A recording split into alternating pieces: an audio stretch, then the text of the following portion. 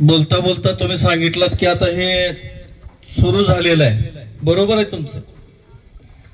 तर 15 दिवसानं अशाच एका वेगळ्या कार्यक्रमाची तयारी करणार आहे औंढे सर. त्याही वेळेला या आपले नंदकुमारजी गायकवाड सर यांची सेवापूर्ती आहे. त्यानंतर जूनला या, जून 30ला आदरणीय सोनवणे सर यांची सेवापूर्ती आहे. त्यानंतर बडुरे सर. अशा पद्धतीनं हा विनोदाचा भाग नाही, एका नियत शासनाच्या नियमानुसार, नियत या शब्दाचा अर्थ नियमानुसार, शासनाच्या प्रत्येकाला सेवेतून निवृत्त व्हावं लागतंय, पण आयुष्यातून निवृत्त करण्याचं काम ते परमेश्वराच्या हातात. परमेश्वरानं जन्म कधी होणार आहे हे आपल्याला सांगितलंय. 9 महिने 9 दिवसाला मनुष्याचा जन्म होतो हे डॉक्टर सांगतात, पण कुठलाच जगातला डॉक्टर आपला श्वास कधी बंद होणार आहे सांगत नाही. म्हणून मिळालेला प्रत्येक श्वास आनंदाने घ्यायचा. आपण फोटो काढायला जर गेलो युवराज मामा, त्या फोटोग्राफरची ओळख नसते, पाळख नसते, त्यानं स्माईल म्हणलं आपण मस्त हसतो, हसतो की नाही. मग जीवनाचा फोटो जर सुंदर काढायचा असेल तर हसत राहा. सांगायचं तात्पर्य आनंदी राहा.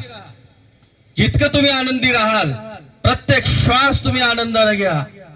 मी घेणार सोडणारच नाही, घेतलेला श्वास सोडू नकोस बस. आता साहेबांनी बोलता बोलता सांगितले आम्ही नोकरीला लागलो, आकडे सरला सापडतच नव्हतो. याचा अर्थ कळाला का तुम्हाला? कळाला का रे? इकडे कळतंय, इकडं कळणार झालंय औंढे सर. आता 10वीची परीक्षा चालू आहे. जूनच्या आत निकाल लागणार आहे.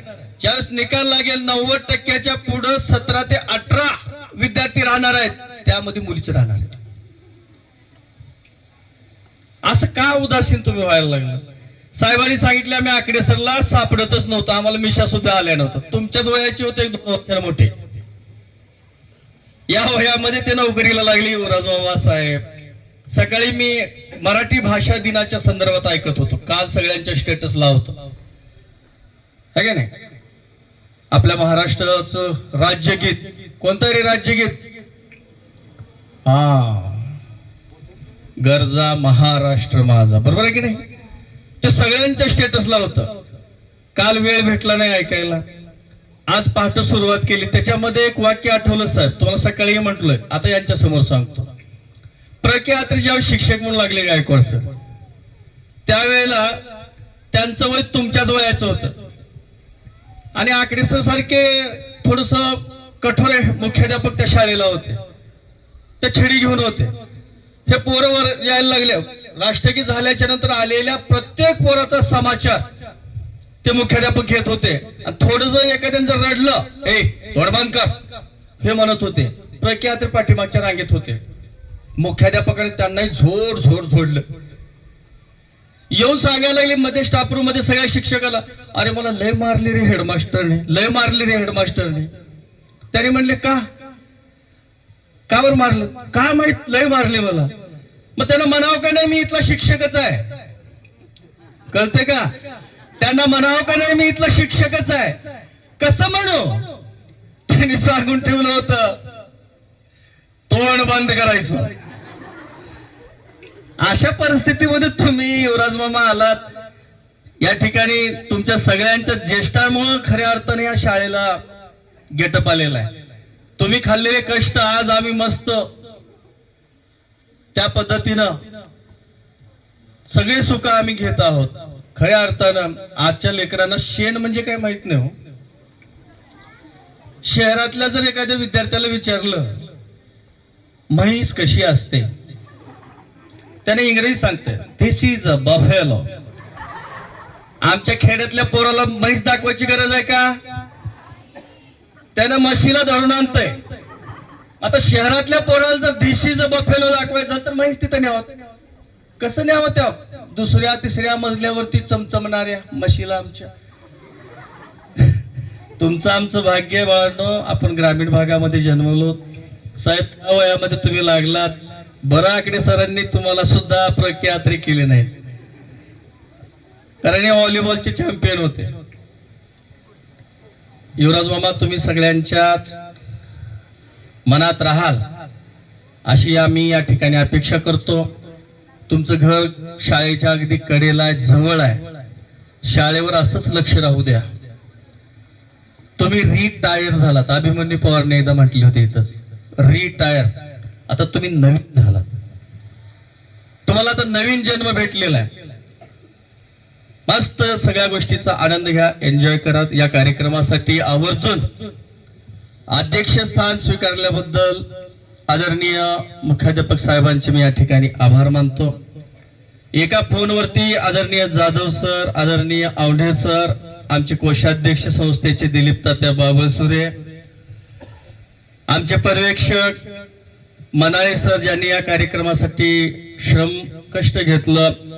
यानंतर या कार्यक्रमासाठी बोलवल्याच्या नंतर युवराज मामा असतील, आमच्या गाडीकरताई असतील, आमचा समाधान असेल, संदीप असेल, आमची महादेवी लांडाने, आमची कोंडाबाई असेल, त्यांचे मिस्टर नागनाथजी असतील, त्यांचे मेहुणे काशनाथजी असतील, तुम्ही सर्वजण आलात आणि सर्व शिक्षक वृंदांनी या ठिकाणी त्यांचं गोडकौतुक केलात.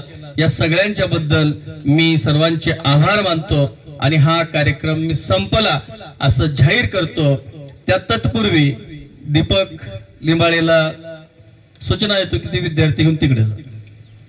बाकीच्या विद्यार्थ्यांनी सरळ घरी जायचं, अभ्यास करत घरामध्ये बसायचं. ऊन जास्त आहे, उन्हामध्ये बाहेर फिरू नका. उठा. हे आम्हा सर्वांपर्यंत पोहोचलेला आहे, कारण तुमचा दाटलेला जो कंठ होता, 42 वर्ष ज्या पद्धतीनं या शाळेशी तुम्ही निगडीत होता, या शाळेमधल्या अनेक अडचणी, या शाळेमधल्या प्रत्येक कर्मचाऱ्यांची सुख दुःख या कालखंडामध्ये तुम्ही पाहिलात.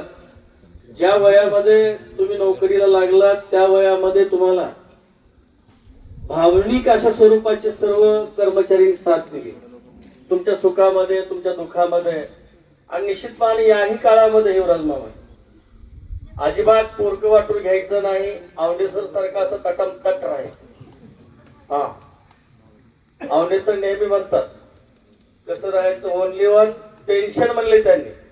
पेन्शनच्या पुढे जाऊन मी सांगतो अटेन्शन, सतर्क राहायचं. आणि आता जसं महाराज आले या ठिकाणी, त्या पद्धतीनं ज्या ज्या वेळी आम्ही तुम्हाला बोलावू त्या त्यावेळी तुम्ही शाळेमध्ये यावं. शाळेतल्या या मुलांसोबत, या लेकरांसोबत तुम्ही वेळ घालवावा, आमच्यासोबत वेळ घालवावा. विशेषतः तुमचं आरोग्य सुदृढ करायचं जर असेल तर तुम्ही एकलकोंडे करू नका. कार्यकर्ताही तुम्हाला सांगतो, निसर्गाच्या सानिध्यात राहा, प्लॅनिंग करा. पांडू, समाधान, आता तुझं सगळं समाधान झालंय. हा, पप्पांनी तुझं महादेवीचं सगळं काही कल्याण केलेलं आहे. त्यांच्या अपार मेहनतीतून तुम्ही लेकरं शिकलात. शिकणं महत्वाचं आहे. कितीही वडील शिकवायला जर निघाले, लाखो रुपये खर्च घालायला तयार आहेत, मुलं शिकायला तयार नाहीत. त्या सगळ्या गोष्टी, गरिबीची जाण, वडिलाचं कष्ट महादेवीच्या बोलण्यातून जाणवलं. या सगळ्या गोष्टीतून तुम्ही शिकलात, मोठे झालात. याही पुढे तुम्ही मोठे व्हावं. तुम्ही मोठे झालात की आमचं कॉलर टाईट होतं, आम्ही मोठे होतो. खरं ना संदीप? कारण ते बेंगलोरचे डॉक्टर आले होते, ज्यावेळेस ते संदीपला घेऊन जवळजवळ बोलत होते कोल्हापूरचे, त्यावेळेला माझं ऊर भरून येत होतं. आणि मी गेल्या गेल्या आमच्या आईची नाडी तपासणी करायची होती, मिसेसची आईची. तिथं गेल्या गेल्या संदीपनं भरपूर माणसं होते, पण नंबर माझा पहिल्यांदा लावला. तर बाकीचे सगळे बघायला लागले, हे कशामुळे झालं? हे लेकरं आमचे आहेत. उद्या आम्ही समाधानकडे गेलो शाहू कॉलेजमध्ये, तिथे 2 आहेत आमचे हिरे, एक किशन आहे ना हा समाधान आहे. चला रे आम्हाला दाखवा. कॉलेज दाखवा म्हटले ते सगळे डिपार्टमेंट दाखवतात, ते ज्या डिपार्टमेंट मध्ये काम करतात. सगळं काही चांगलं झालेलं आहे. तुम्ही प्रामाणिकपणानं सेवा केलेली आहात. या सगळ्यांचं फळ तुम्हाला मिळालेलं आहे. कुठंतरी मस्त शेत घ्यायचं, आता 4-5 एकर बोर मारायचं, ऊस लावा, आंबे लावा, काही करा. त्या निसर्गाच्या सानिध्यामध्ये राहा. त्या निमित्तानं माणूस कष्ट करतोय, त्या निमित्तानं माणूस शेतात फिरतोय. या बंधाऱ्यापासून त्या बंधाऱ्यापर्यंत जा, मस्त माणसामध्ये बसा, हसा. आता लोक खोटं खोटं हसायला लागले शहरामध्ये, उगीच जातात कुठंतरी. हा हा हा, अहो आनंद तिथं हसून नाही मिळत. तुम्ही बघताय आनंद तिथं हसून मिळत नाही. तुम्ही मित्र कंपनीमध्ये राहा. आपले संतोष माने तुमचे मित्र आहे. जायचं बसायचं, दुसऱ्या मित्रांजवळ जायचं, 100 रुपये दररोज खर्चा त्यांच्यासोबत. तुमच्या खिशातले जाऊ द्या, पण तो आनंद जीवनामधला घ्या. हे जीवन पुन्हा वन्स मोर नाही. जीवनाचा रिटेक नाही, रिमेक नाही, वन्स मोर नाही, मागायचं सुद्धा नाही. आवडे सरनी सांगितले, हृदय पळतंय, शरीर पळतंय. हृदय थांबलं, आपण थांबलो. कोरोनाचं लॉंग फॉर्म खूप सुंदर सांगितलं. आता हे मी लक्षात ठेवणार आवडे सर. ते बरं झालं सुपातलं त्या पडवीतलं कुठलं कुठलं काढलं जात्यातलं. कोणताही रोग नाही, त्याला कोरोना म्हणायचं. आणि ते सिद्ध झालेलं आहे. गायकवाड सर ते कुठली तरी एक फाईल ओपन झाली, त्याचं नाव घेत नाही आता. झाले नाही डॉक्टर आमचे किरीकर सर आहेत तिथं. असो, मी जास्त बोलतोय असं मलाच वाटायला लागलंय. तुम्हाला वाटत नाही, कारण तुम्हाला बसावं. यानंतर या कार्यक्रमाचे अध्यक्ष